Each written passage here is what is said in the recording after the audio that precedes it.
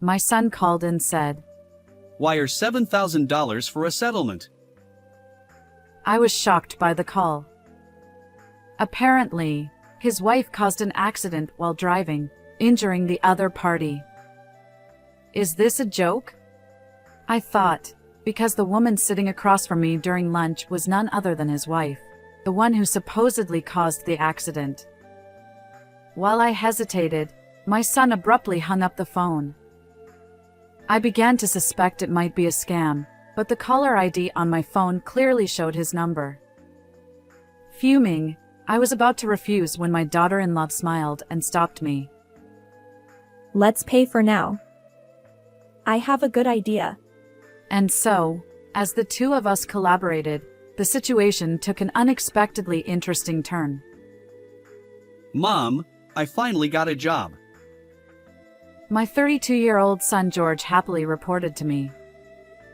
I replied, "Oh, that's great." George had spent a long time as an NEET or part-time worker, and honestly, I had almost given up hope that he'd find a job. So, I felt a huge sense of relief. Eventually, he married Olivia, a woman he got close to at work. Despite being 2 years younger than George, she was responsible and had a pleasant personality. We never had any mother-in-law daughter-in-law issues. Although George and Olivia didn't live with me, Olivia and I occasionally had lunch together. I thought, with a capable daughter-in-law and George having a respectable job, I can finally relax, but then. Before marrying Olivia, my son had a troublesome habit.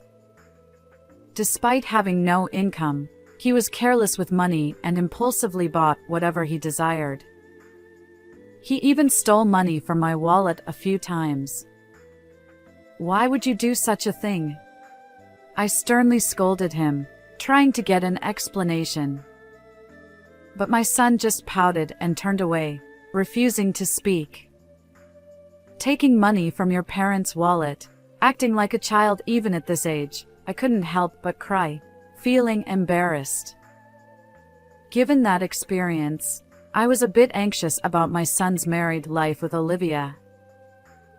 Hey, Olivia. How is George doing? Is he causing you any trouble? Oh, not at all. I worried that he might take money from your wallet or do something wrong. Olivia assured me, flexing her arm as if to emphasize her point. It seems my son's household is under Olivia's capable management. Oh, that's a relief.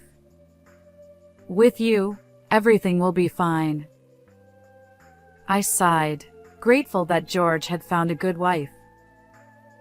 One day, while having our usual lunch together, my daughter-in-law and I were enjoying our meal. Suddenly, my phone buzzed in my pocket, and when I checked the screen, it displayed my son's name as the caller. Hello?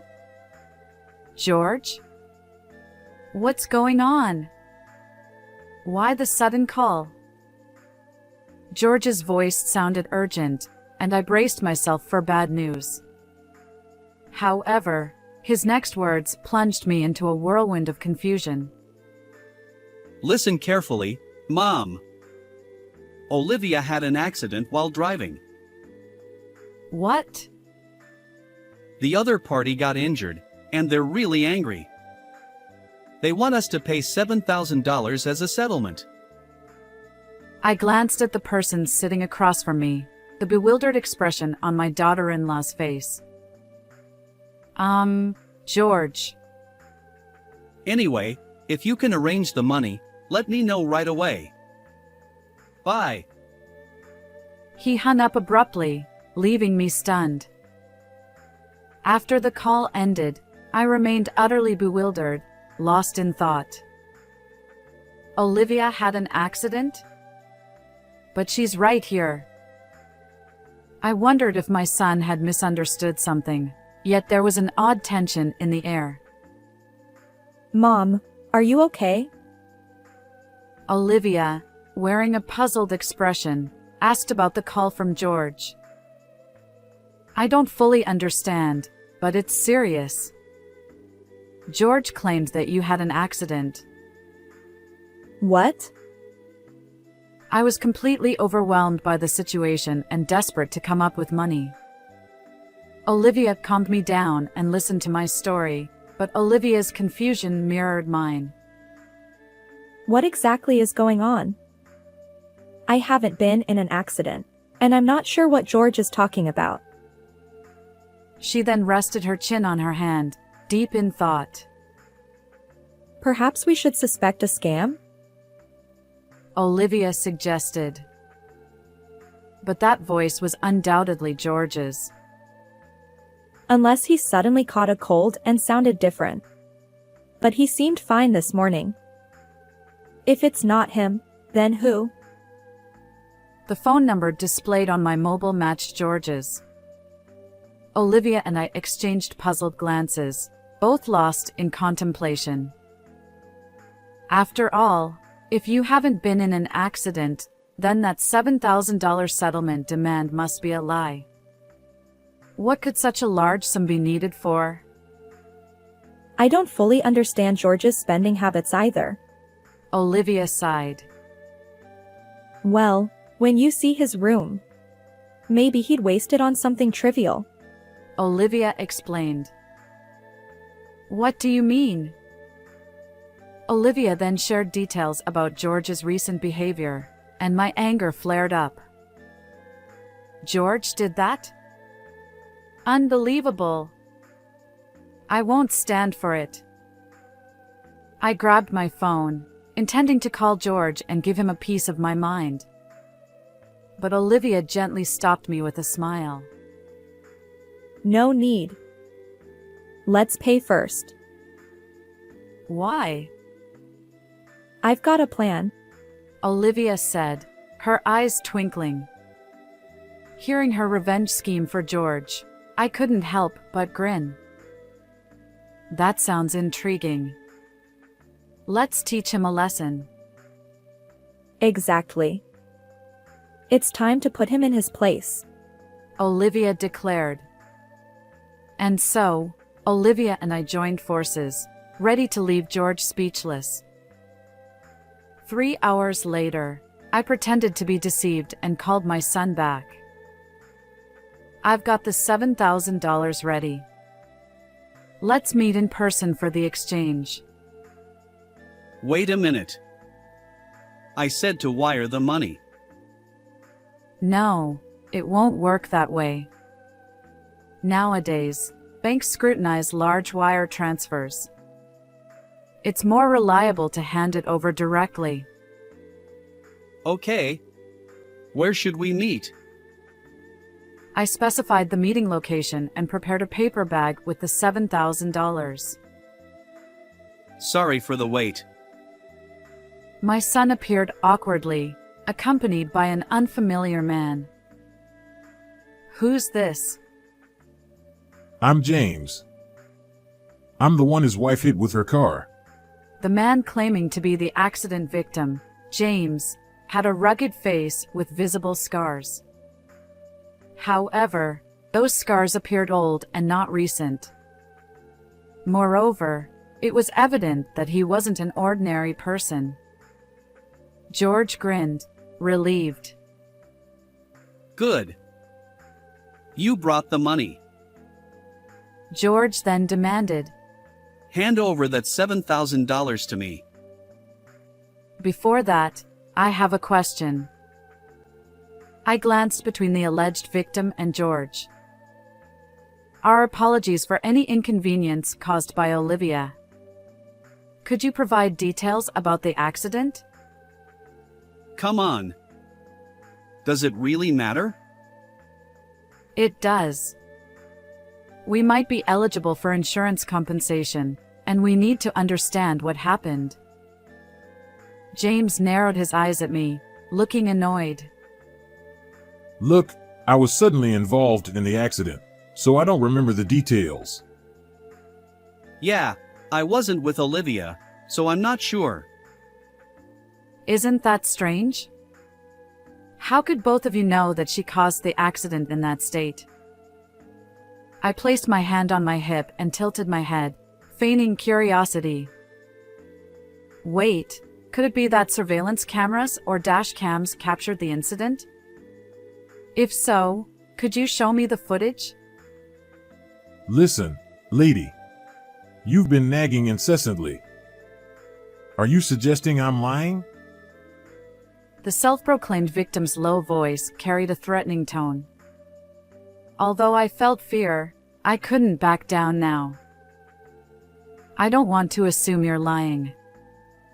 I'm simply asking for evidence if you have any.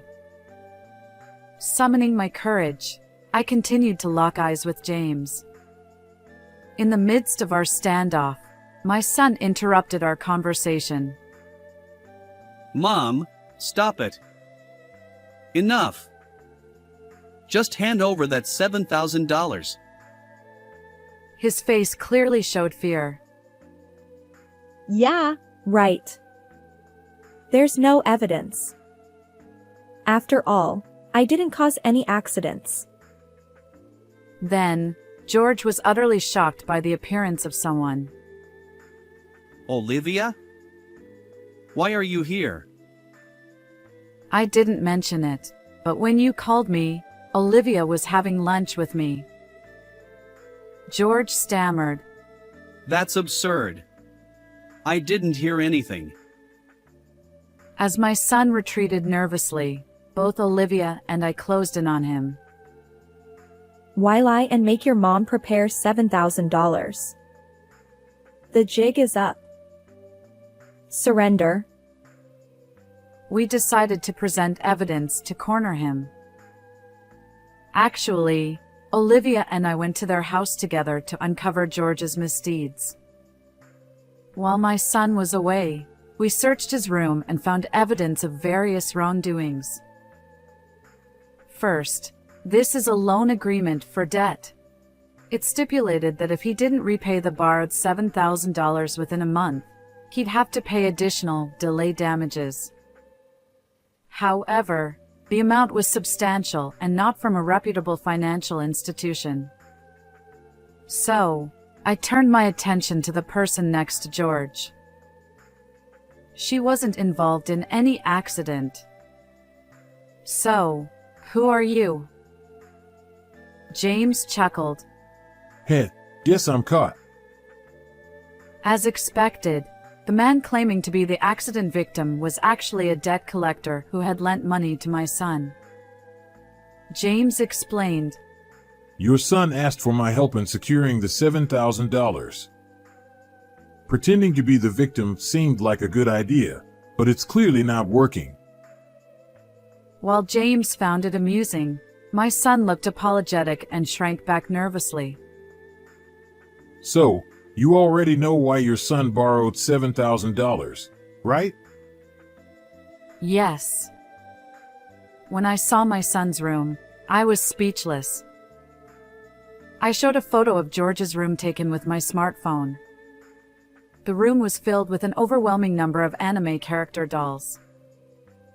I searched the price on my phone, and I was shocked. Figures can be so expensive. Among George's belongings, there were high-priced items exceeding $700.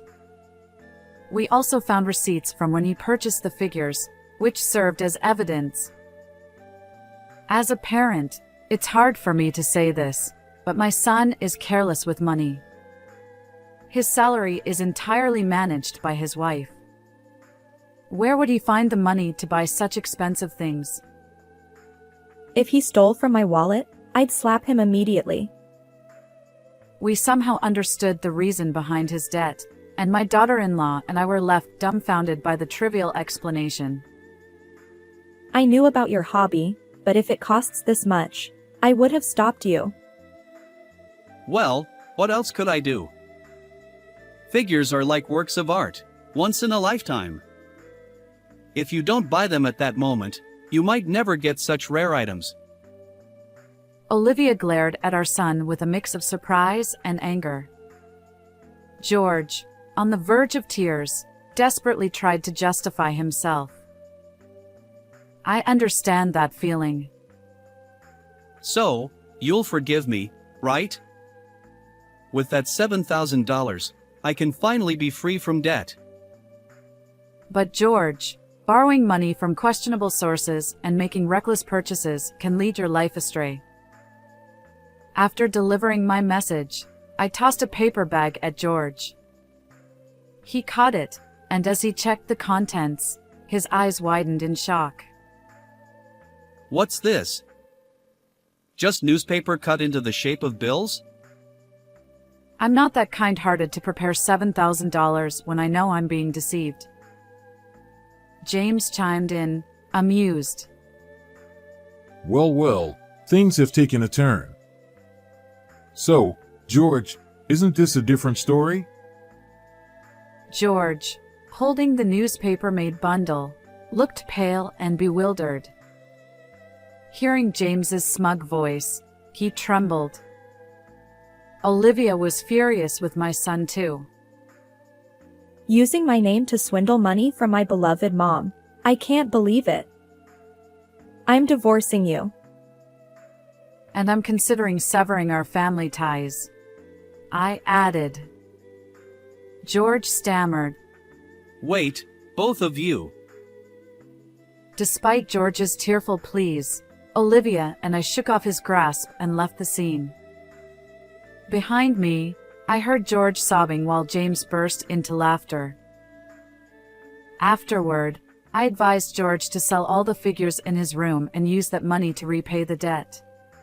He seemed deeply troubled, but he accepted the advice and managed to raise the $7,000 to pay James back. I decided to sever ties with my son, but before doing so, I offered one last piece of advice. From now on, live an honest life. However, George's collector's instinct persisted, leading him to repeat the cycle of debt and find himself pursued by loan sharks. Olivia, once his wife, divorced him long ago, but we still enjoy lunches together. Reflecting on George's story, Olivia remarked, Changing one's way of life isn't so simple for humans. and we shared a laugh. While watching her smile, I silently wished for Olivia's happiness. How did you find this story? Don't forget to subscribe to our channel. Until next time. I'm Amber. I'm just an ordinary housewife. My husband Henry is very kind, and we've never had an argument. It might sound like we're bragging, but we really are a very happy couple. Since my parents have already passed away, we are now living in an apartment near my in-laws. The reason is quite simple, in case when we have children or something happens, and in the future when my in-laws might need care. It's a mutually beneficial arrangement, so I agreed to live here. However, every time I met my in-laws and had a meal with them, I inexplicably started feeling unwell, experiencing stomach aches and such. I refrained from eating at my in-laws' house for a while, but one day, I had a situation where I couldn't refuse, so I decided to visit them. But then, the unexpected happened there, leaving us utterly shocked. Furthermore, it was revealed that my mother-in-law had been doing something outrageous behind our back, leading to a sudden turn of events regarding the mysterious health issues I had been experiencing. This is a story from before I started experiencing health issues. Actually, my husband and I never had a wedding ceremony. I'm not particularly fond of being in the spotlight, and we both thought it would be better to spend the money on travel and hobbies instead of a wedding ceremony. My mother-in-law, knowing we didn't have a wedding ceremony, suggested we at least have a meal together.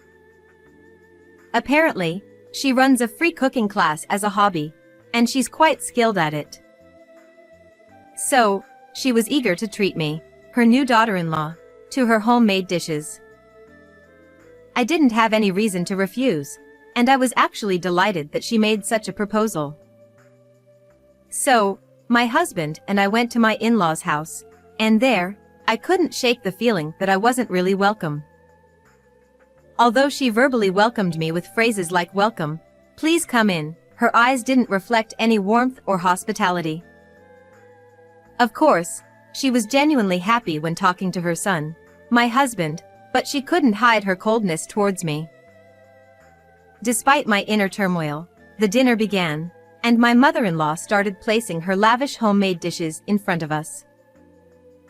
Some of the dishes were so exquisite that you'd find them only in expensive restaurants. I was so captivated by the food that I almost forgot about my mother-in-law's earlier cold attitude. When I expressed my gratitude to my mother-in-law for preparing such wonderful dishes, she smiled happily and told me to eat as much as I wanted. So, maybe I was just under the impression that I wasn't welcome. Thinking that way, I had a really enjoyable time. However, that night, I experienced severe stomach aches. While I was stuck in the bathroom, my strength drained away, and I began to lose consciousness. In the end, I was taken to the nighttime emergency room by my worried husband.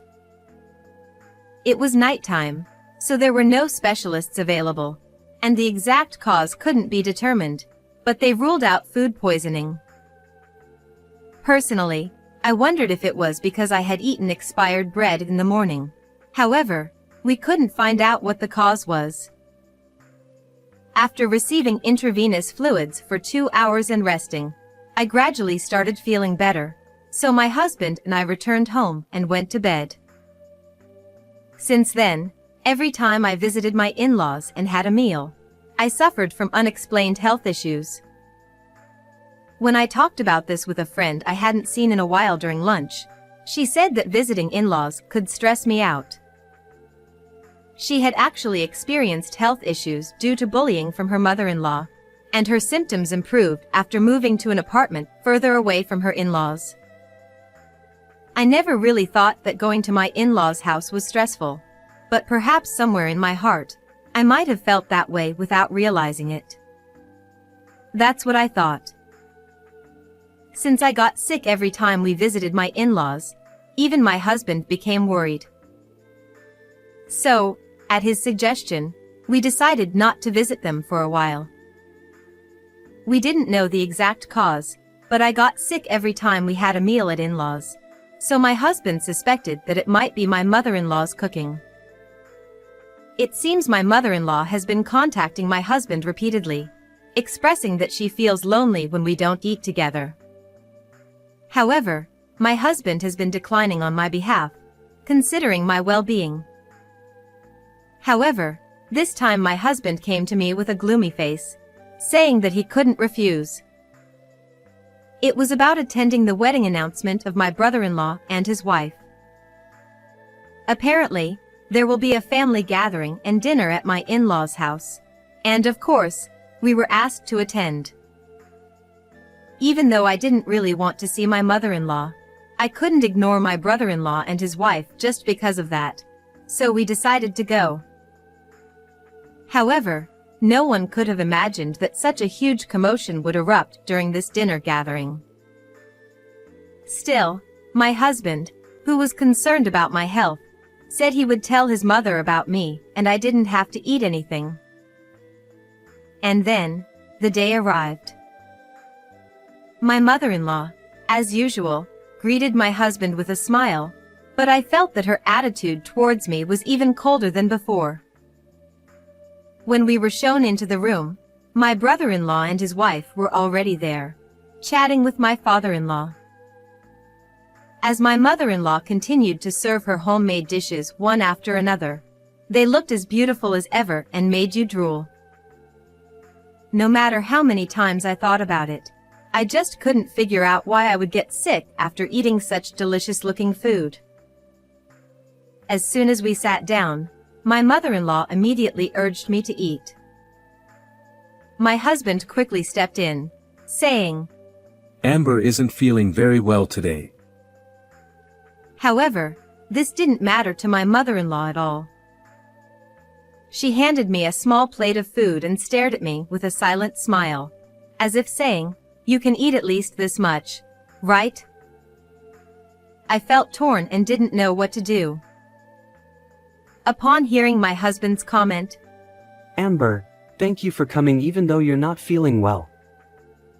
We just wanted to say hello today, so if you start feeling unwell, please feel free to go home and rest. he was trying to protect me. It seemed my husband told my brother-in-law and his wife. They were aware of the situation, so they were on my side. With both of her sons advocating for me, my mother-in-law decided not to insist on me eating the food right away. Well then, I'll pack some in a container for you. You can eat it later, and let me know what you think. I was wondering why she wanted me to eat her food so much, but I figured I could always make excuses later, so I just nodded. Then, as my mother-in-law got up to fetch the container, there was a loud crash from the kitchen. All of us turned our attention to the kitchen, and there was my father-in-law clutching his stomach in pain. He hadn't even touched the food yet, so we didn't know what had caused it. In a panic, my mother-in-law rushed to support my father-in-law and asked him what was wrong. My stomach. It hurts so much. I just ate some food in the kitchen before everyone arrived. With that, he collapsed. No way. That was meant for Amber. But this isn't the time to worry about that. We need an ambulance. She frantically called for an ambulance, and then accompanied my father-in-law to the hospital. Left behind, we could only stand there in shock for a while, but one thing my mother-in-law said stuck with me. My father-in-law had eaten something that had been set aside specifically for me and then complained of severe stomach pain. This meant that there was some kind of secret hidden in that food. I got curious and then I stepped into the kitchen, a place my mother-in-law never allowed me to enter. What I saw there left me speechless. Finally, the cause of my unexplained health issues and my father-in-law's collapse became clear. I couldn't believe someone would do such a thing. Well, I won't go easy on her anymore. I'm ready. We each drove our own car to the hospital where my father-in-law was taken. After completing the check-in process, we headed straight to the hospital room, where we could hear voices from inside. One was my mother-in-law's, and the other was probably a male doctor.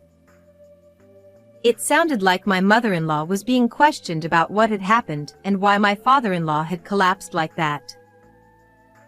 I've already said I don't know anything. We were just having a meal together when he suddenly collapsed. Are you sure? Whether it's spoiled food or expired items, anything you can think of. I've already told you, I don't know anything.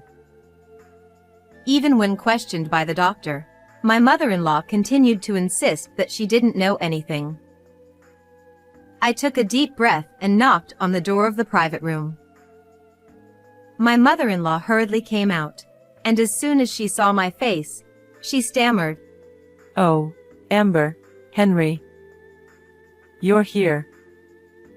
Dad will be fine, so why don't you go back home and have dinner? She seemed a bit flustered, so I grabbed the closing door and said with a smile, No, I have something to talk to you about. Behind me, there was my husband putting silent pressure on her, and my brother-in-law and his wife looking at her with scornful eyes, so she couldn't refuse outright. Fine. She reluctantly let us in. It seems that my father-in-law's condition has stabilized somewhat, as his complexion has improved, but the cause of his collapse is still unknown. The doctor told us, after arriving at the hospital, he was conscious for a while and went to the bathroom several times, but then he became severely dehydrated and lost consciousness completely. Well, you know, he's getting older, and he's been drinking nothing but beer lately. She tried to brush it off with a forced laugh. However, She realized that she couldn't deceive neither the doctor nor us, and fell silent, perhaps not to give herself away. Then, I looked straight into my mother-in-law's eyes and pulled something out of my bag, pointing it at her. When she saw it, her eyes widened, and she broke out in a cold sweat, and was clearly shaken. "This is a laxative, isn't it?" There were traces of it in powdered form. "Can you explain?" I said coldly, but my mother-in-law remained silent. Upon seeing it, the doctor said with a start, Ah, I see. It's quite common to suspect laxatives as the cause of continued diarrhea when it's not food poisoning or anything else. Then they did further examinations, and it was indeed confirmed that my father-in-law had ingested a large amount of laxatives. This caused his intestines to become hypersensitive, leading to frequent diarrhea and abdominal pain. This ultimately led to dehydration, as diagnosed by the doctors. No, it's not like that. At first, I thought it would be great if she just suffered a little. But you, Amber, were so calm about it, so I gradually increased the amount. She finally confessed with no way to escape the situation. The reason for such an action was simple. She felt that I had taken her beloved eldest son away from her. So, what started as a malicious act of mixing a small amount of laxative gradually escalated, and she ended up adding a quantity that caused my father-in-law to collapse. I was appalled, but I said to my mother-in-law, "What you did is beyond comprehension. You have serious issues as a person. Do you know how many times I had to go to the hospital for 4 drips because of what you did? And yet, I can't understand why you would even think to mix such a dangerously large amount." Unable to retort, my mother-in-law hung her head in frustration. And then, the barrage of criticism continued against her. "Mom, this is terrible. Amber happened to be tolerant of it and nothing serious hasn't happened to her yet. But what you're doing is no different from being a criminal." After my husband said that, I can't believe it, but were you planning to do the same to Jessica? It's terrifying to even think about. my brother-in-law said this while glaring at my mother-in-law and putting his arm around his wife's shoulder. Then the doctor added, You must not use medication inappropriately. As your son said, your daughter-in-law happened to have a mild reaction, but it seems your husband doesn't have much tolerance for laxatives, which is why he had such a severe reaction this time. Shut up. Because. 11. Though my mother-in-law was a grown woman, she cried like a child. Then, we heard a voice coming from another direction. You! How could you do such a cruel thing? I turned towards the source of the voice and saw my father-in-law, who had regained consciousness, looking at us and speaking. Mother-in-law, with tears in her eyes, took my father-in-law's hand. I'm sorry. I never meant to harm you. But my father-in-law forcefully pushed her hand away. My mother-in-law froze, unable to accept what had just happened. Seeing her like that, my father-in-law let out a heavy sigh and said, Even if you didn't mean to harm me, you've been tormenting Amber all this time. Unbelievable. This is not the act of a decent human. Feeling overwhelmed by his words, my mother-in-law clung to my father-in-law, pleading for forgiveness. And to me, my mother-in-law said, I apologize for everything I've done.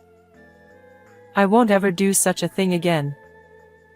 So please forgive me. If you forgive me, I'm sure everyone will be satisfied. Right. I couldn't help but smirk, thinking that this was probably just an act, and she wasn't truly reflecting on her actions. Haha. What are you saying now? I can't forgive you. Do you have any idea? I said, and then my husband stood beside me and continued. Mom, stay away from Amber. Anyone who hurts my beloved wife isn't family to me. Henry. Rejected by her beloved son, my mother-in-law collapsed to her knees. Seeing this, my brother-in-law nodded in agreement. I don't want to be with someone who might harm Jessica either. From now on, I won't have anything to do with Mom. Realizing that her ugly jealousy had caused this situation, my mother-in-law kept crying and begging for forgiveness. However, no one said a word. We all just stood there, silently looking down at her. Thinking she could only rely on her husband now, my mother-in-law, seemingly forgetting that he had just pushed her away, cried out to him. Honey. You won't abandon your wife, will you? But my father-in-law, with a firm voice, shouted. No, I'm divorcing someone who would do such a thing. Hearing this, my mother-in-law was utterly shocked. It's time to go home. Dad, please get some more rest.